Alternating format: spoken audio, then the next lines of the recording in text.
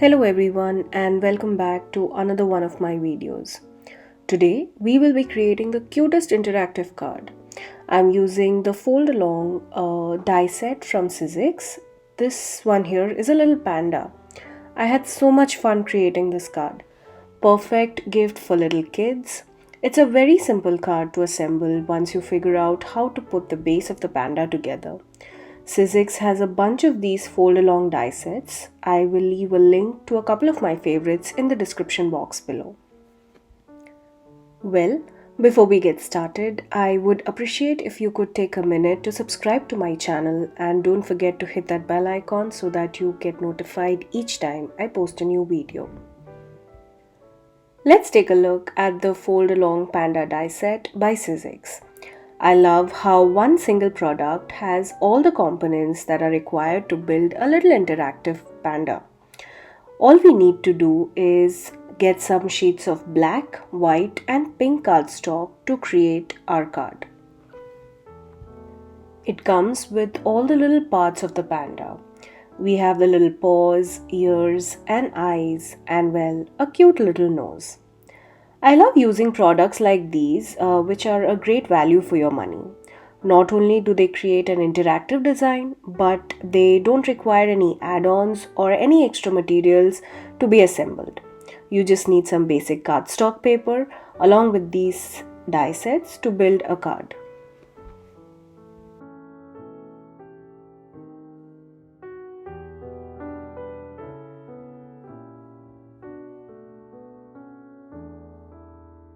Let's begin creating the base of our panda. For this, I am using a sheet of 6x8 white cardstock and folded it into half. So here you see I have a 6x6 card base.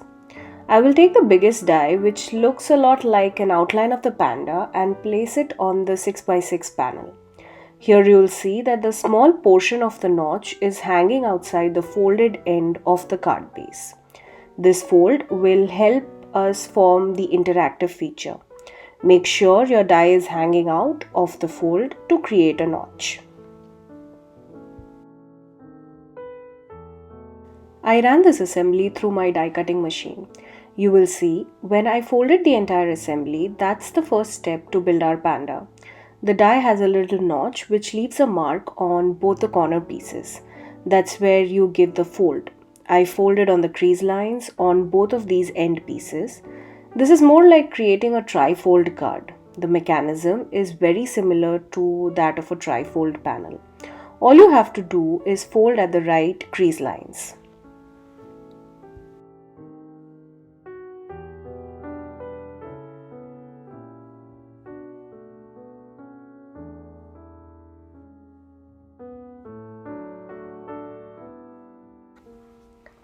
Now that our basic card is ready, it's time to put all the pieces together. All these little pieces are part of the same Fold-along Panda die set. I cut them out using small pieces of scrap piece of black cardstock.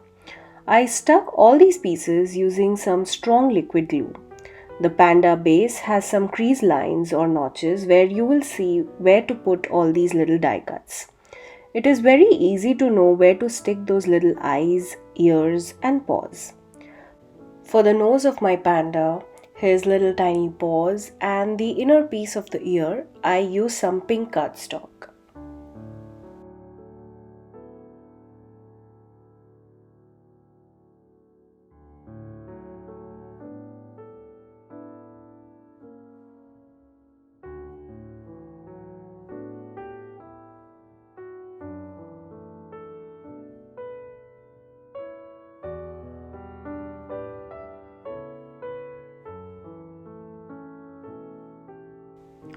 Once I was done adhering all the little pieces of our panda, now we can work on the inside of our card.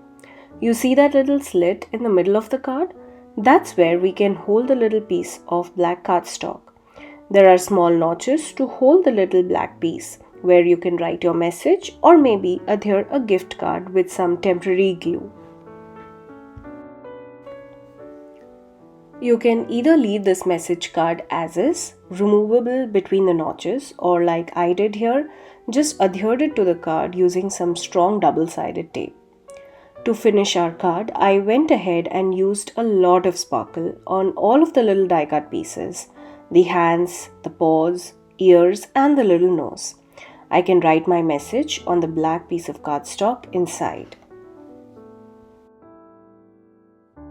Here's a look at the finished card. I love how it opens up and we have a message there. And when I close it shut, it's a super cute panda.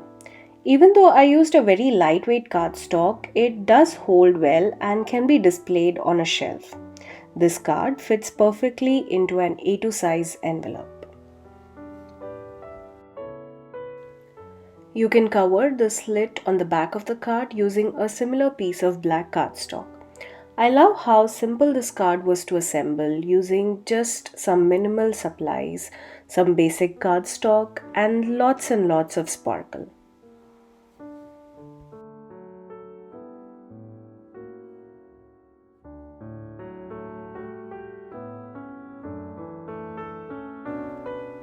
I hope you had fun watching today's video and got inspired.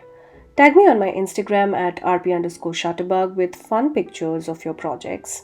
Also, mention your thoughts about today's video and some card ideas and techniques that you would like to see in the future video in the comment section below. Thanks again for joining me today.